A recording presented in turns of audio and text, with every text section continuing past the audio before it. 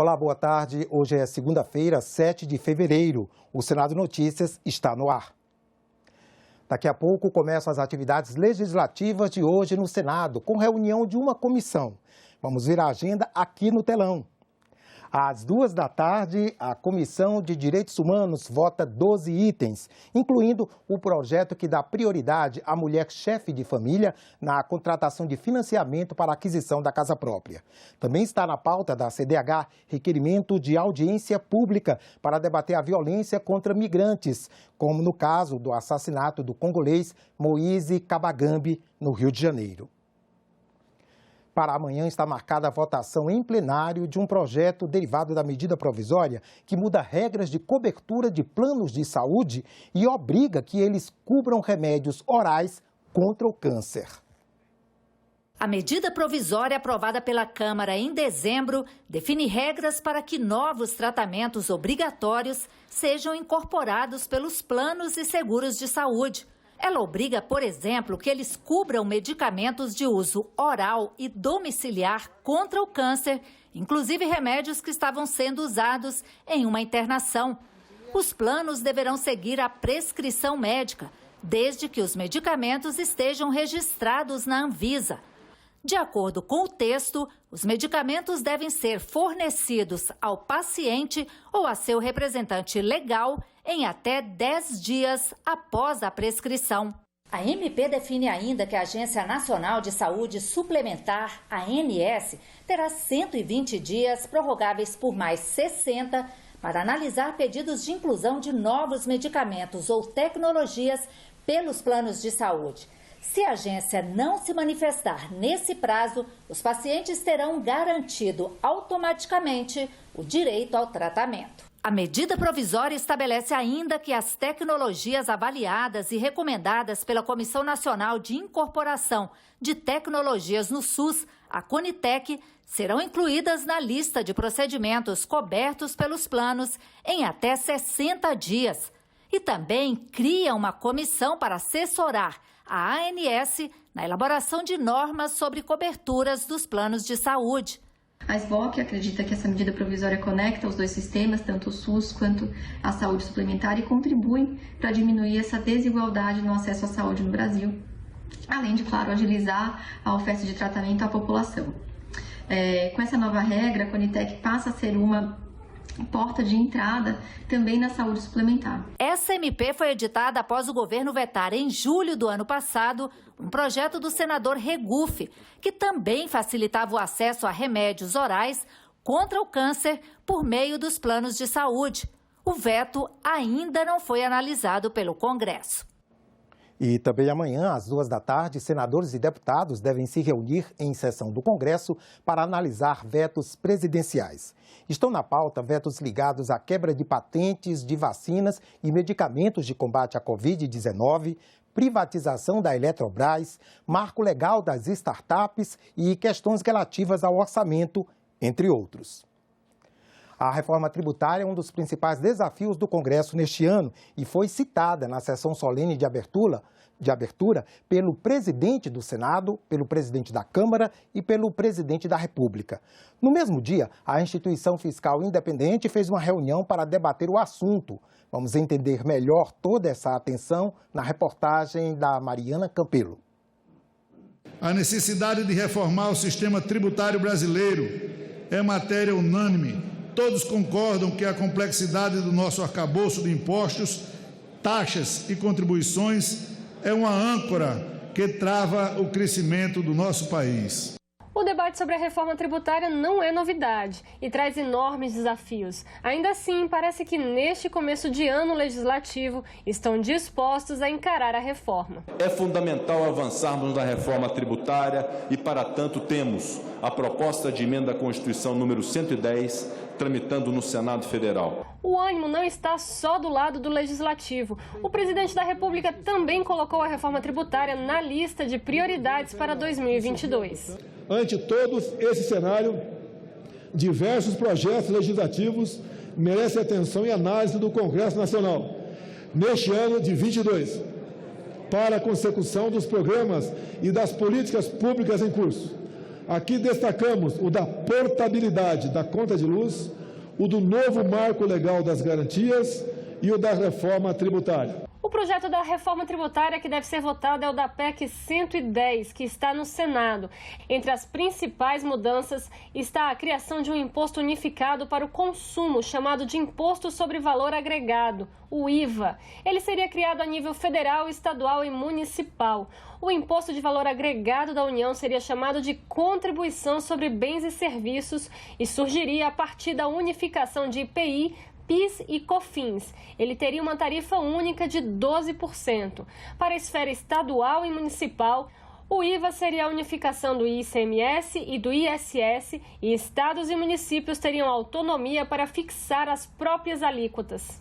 A simplificação tributária, dependendo de como for feita, pode ajudar no crescimento econômico. De outro lado, nós sabemos que pelos cenários da IFE, possivelmente será preciso, para estabilizar a relação dívida-PIB, também um aumento da potência arrecadatória, que pode vir por mais crescimento econômico ou por aumento de carga tributária. O IBS será cobrado 100% no destino, com 2 prazos de transição. Um para a substituição dos tributos e outro para a nova partilha de receitas. O texto cria também o imposto seletivo para compensar a perda de receita do IPI, o Imposto sobre Produtos Industrializados. O relatório da PEC 110 foi apresentado em outubro de 2021 pelo senador Roberto Rocha. O presidente da CCJ e primeiro signatário da PEC já adiantou que a proposta deve ser prioridade em 22. Assumo compromisso público com a CCJ de que no retorno dos trabalhos nós faremos a leitura e a votação da matéria e o compromisso do presidente Rodrigo Pacheco. Cumprido os prazos regimentais, ele levará diretamente para o plenário a partir do momento da votação aqui na comissão. A PEC 110 não é a única proposta que está no Congresso Nacional que trata de reforma tributária. O governo mesmo apresentou outros 2 projetos que tratam sobre o tema.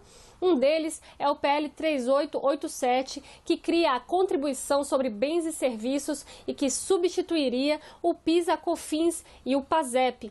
A outro projeto é a reforma do imposto de renda, que além de atualizar a tabela do imposto de renda, cria a taxação sobre lucros e dividendos imediatamente e diminui o imposto de renda sobre pessoa jurídica. Outro projeto de reforma tributária do interesse do governo é o que muda a tarifação dos combustíveis para tentar conter a alta de preços. Aprovada pela Câmara dos Deputados, a privatização da empresa brasileira de Correios e Telégrafos está sendo debatida no Senado desde o final do ano passado e deve ser um assunto a movimentar o Senado nesse começo de ano legislativo. O serviço de Correios existe no Brasil desde o século XVII, mas a moderna ECT completa 53 anos agora em março. E mesmo quem quer privatizá-la, reconhece o papel relevante dos Correios e a ligação emocional com a população. Nós, brasileiros, somos acostumados a ver um carteiro, né, chegar na nossa casa vestindo azul e amarelo e que orgulha tanto a nós brasileiros. A única empresa hoje que está presente nos 5.568 municípios. Mas que a preço e afeto, milhões de brasileiros dependem dos Correios. Em mais de 2.000 cidades, é a única presença do poder público. Muitas cidades não têm bancos, não têm hospitais, mas elas têm uma agência dos Correios, né, que funciona tanto para transportar e entregar mercadorias, mas também como um banco postal, né? E através dessas agências dos Correios, as pessoas recebem seus documentos, as escolas recebem material escolar, né? O Ministério da Educação distribui as provas do Enem e a Justiça Eleitoral transporta as urnas eletrônicas a cada 2 anos quando a gente tem eleições. Os Correios têm um monopólio sobre as correspondências, eles não têm um monopólio na entrega de mercadorias. E mesmo assim, é uma das empresas que tem maior participação no mercado mercado de entrega e de transporte de mercadorias. Muitas empresas privadas que têm operação de logística utilizam os Correios em parte das suas operações, por causa da capilaridade da empresa, né, que é a maior empresa do país nesse sentido, que ela atende todos os municípios, né, e também porque ela tem uma expertise em logística que outras empresas não têm. Mas o governo federal entende que é chegada a hora. A ECT estaria perdendo terreno no setor de encomendas com a concorrência de empresas privadas. E ainda, os Correios não conseguem investir a contento em tecnologia e, volta e meia, contam com recursos públicos. Se não fizermos nada, vamos chegar ao momento que todo o setor de encomenda, de entrega de encomenda, estará no setor privado e a nós, brasileiros, restará o ônus de a cada ano pedir 10, 15, 20 bilhões de subsídio para manter o serviço que não dá lucro. Como disse o ministro, o serviço que é o osso, né, já que o filé está indo cada vez mais para o setor privado. Quem é contra privatizar os Correios argumenta que a ECT quase sempre dá lucro. É estratégica, deve ser fortalecida. Passá-la para a iniciativa privada iria na contramão do mundo. Em todos os 20 maiores países do mundo, em extensão territorial, os Correios são públicos e não privados. Além disso, nos quase 200 países que temos hoje no mundo, em apenas 8 os Correios são totalmente privados. A projeção de lucro do ano passado é que fique algo em torno de 2 bi a 2,5 bi. Então, o que nós precisamos é de um governo que reconheça o tamanho dessa empresa, a sua importância e que faça os investimentos necessários para que o Correio possa crescer mais. Eu já quero pegar uma contradição sua, de que fala bem do Correio, vestido de verdes, de amarelos, não sei o quê, o maior orgulho, porém, contudo, se a gente vender, é melhor. Tudo que serviço público vai gerando lucro, é melhor passar para o setor privado. O governo americano sempre foi símbolo para todos aqueles que defendem as privatizações. Nesse caso, ele é criticado, porque ele não privatizou. Por que ele não privatizou? É porque eles são burros, não são inteligentes, são incompetentes, são despreparados. Ele entende que é um setor estratégico, ele não quer abrir mão, nós vamos abrir mão.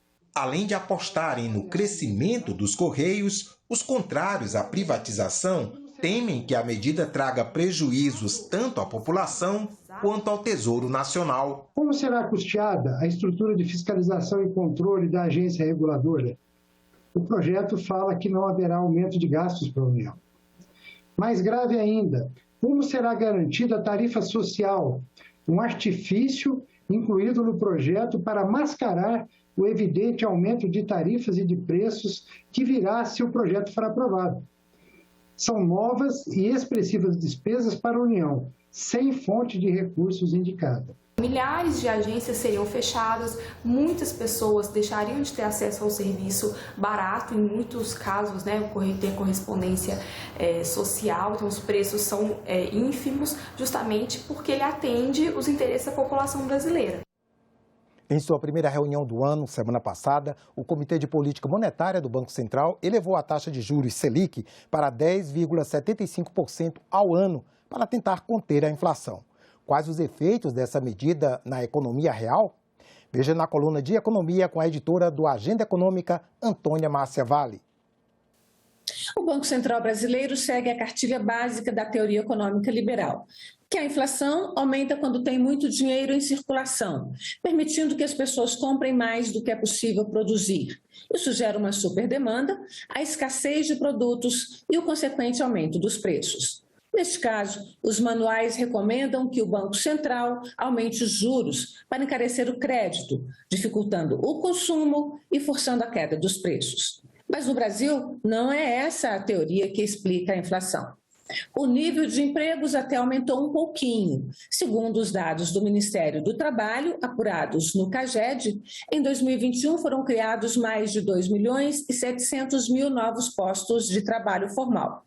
Só que o salário médio de admissão foi menor do que o de 2020. A pesquisa PNAD do IBGE mostra ainda que 11,6% dos brasileiros que estão na força de trabalho seguem desocupados. E quando olhamos o quadro dos brasileiros em idade de trabalhar, acima de 14 anos, o percentual de desocupados sobe para 44,9%. Quase 1 em cada 2 brasileiros está fora do mercado de trabalho. Essa realidade dificulta que o aumento dos juros contenha a inflação, porque ela não é causada pelo consumo excessivo. A causa da inflação no Brasil é o aumento dos preços dos insumos básicos da economia: petróleo, energia elétrica, água e terra. Mas vamos ficar só nos combustíveis e na energia. A falta de chuvas foi a responsável oficial pela escassez de eletricidade. E o aumento do preço do petróleo no mercado internacional e do dólar em relação ao real são as justificativas para o preço atual dos combustíveis. Mas será que algum planejamento anterior de modernização da matriz energética brasileira, com mais energia solar e eólica, por exemplo, não teria minimizado as consequências da crise hídrica? E será que um país que é praticamente autossuficiente em produção de petróleo há mais de 15 anos precisa mesmo sujeitar sua população ao preço do petróleo no mercado internacional? Esses são 2 temas econômicos centrais no debate do ano legislativo. Ainda neste mês de fevereiro, o plenário do Senado deve votar 2 projetos de lei que pretendem reorganizar parte da estrutura do preço dos combustíveis. O PL 1472 de 2021, de autoria do senador Rogério Carvalho, do PT de Sergipe, estabelece uma nova política de preços internos de venda a distribuidores e empresas comercializadoras de derivados de petróleo produzidos no Brasil. O outro, o PL 11 de 2020, aprovado na Câmara dos Deputados em outubro passado, estabelece um valor fixo para a cobrança do ICMS sobre combustíveis, tornando o imposto invariável nos casos de flutuação de preço ou mudanças do câmbio. Os 2 estão relatados pelo senador Jean Paul Prats, do PT do Rio Grande do Norte. De sexta-feira até hoje, o Congresso recebeu iluminação especial roxa para marcar o Dia Mundial de Combate ao Câncer, celebrado em 4 de fevereiro. O câncer é uma das maiores causas de morte no planeta, mas se for tratado a tempo, pode ter seus riscos diminuídos e até mesmo ser curado em muitos casos. O Dia Mundial de Combate ao Câncer tem o objetivo de aumentar a informação sobre a doença e conscientizar as pessoas de que cada um pode fazer sua parte na luta contra o câncer. A cada ano, 10 milhões de pessoas morrem de câncer, mas estima-se que 1/3 dos casos poderiam ser prevenidos com medidas simples. Evite alimentos processados, com muita gordura, sal, aditivos ou conservantes. Exercite-se. A inatividade e a obesidade estão associados a vários tipos de tumores. Evite fumar e diminua o consumo de álcool. Proteja-se do sol forte, com roupas, chapéus e protetores solares. Evite se expor a poluentes e químicos como pesticidas, amianto e plásticos com BPA. E vacine-se. Essas medidas, relativamente simples, podem prevenir o câncer. Nós temos hoje em dia também vacinas contra o câncer. Então, o câncer de fígado está associado à hepatite B e nós temos a vacina contra a hepatite B que pode prevenir o câncer. O câncer do colo do útero está associado à infecção pelo HPV e nós temos hoje a vacinação contra o HPV nos nossos postos de saúde. Outro 1/3 dos casos de câncer pode ser curado se for detectado nos estágios iniciais e tratado imediatamente.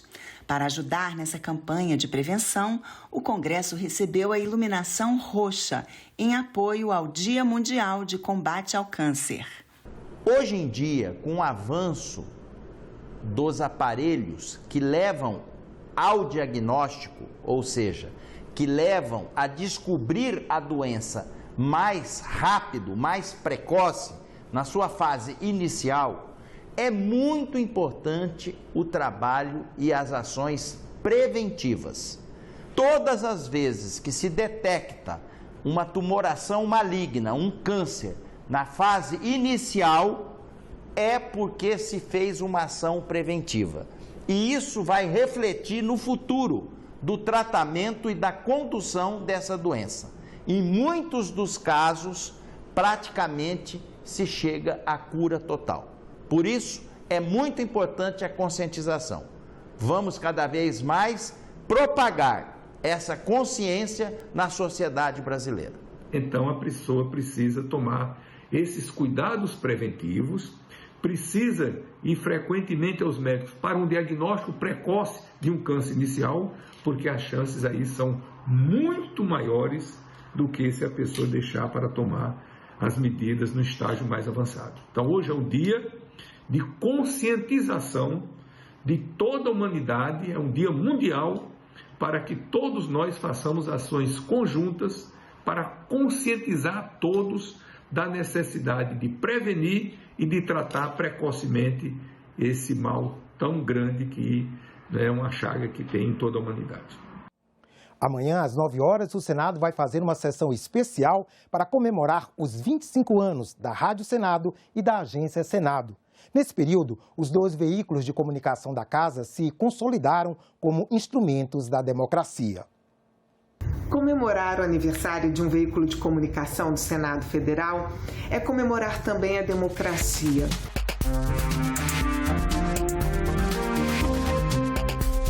Mostrar para a população o que acontece no Senado e no Congresso Nacional não é tarefa simples. Explicar o processo legislativo, o conteúdo de cada proposta e como é a atuação de dezenas de parlamentares e dos órgãos internos exige cuidado e responsabilidade. Mas desde 29 de janeiro de 1997, a Agência Senado e a Rádio Senado se juntaram à emissora de TV da Casa nesta missão: traduzir de forma equilibrada as decisões tomadas no Poder Legislativo. Nós trabalhamos com o compromisso de levar toda a informação do Parlamento com transparência, pluralidade e qualidade.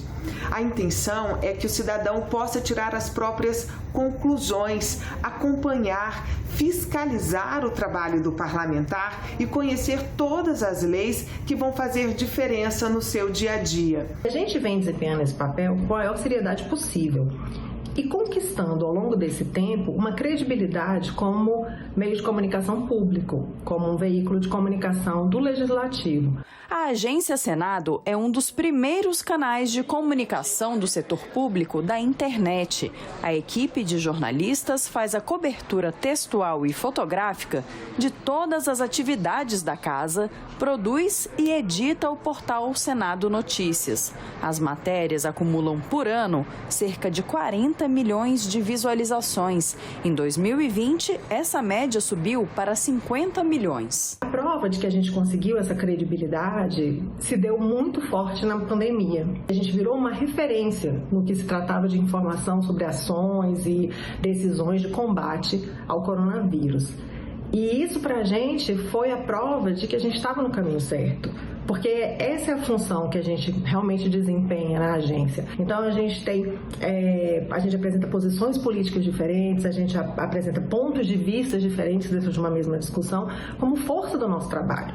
E hoje a gente acredita que a população já enxerga isso. A gente já é vista como uma agência de notícias oficial, mas não uma oficial chapa branca.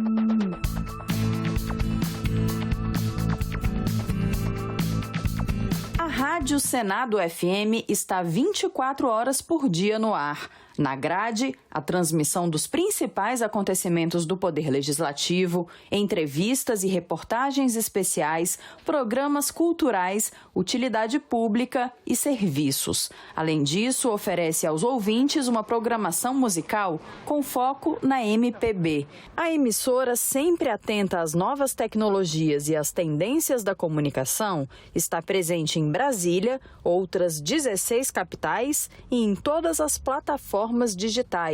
Sem dúvida nenhuma, esses 25 anos são um marco muito importante a ser celebrado. A gente olhar para trás e ver tantas realizações, saber que com a ajuda dos nossos veículos, o Senado Federal é hoje uma instituição muito mais conectada com o cidadão.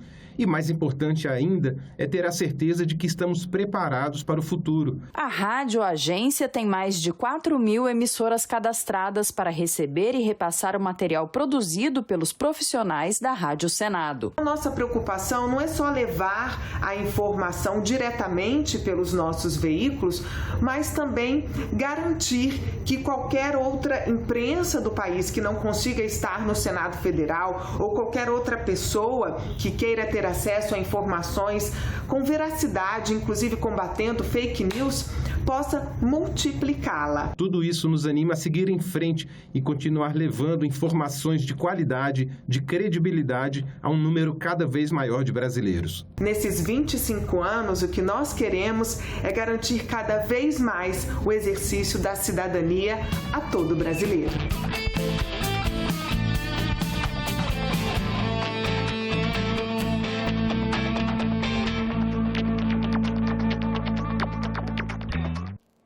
E nós ficamos por aqui. Você pode rever as reportagens desta edição na nossa página na internet senado.leg.br/tv. Obrigado pela companhia e até a próxima.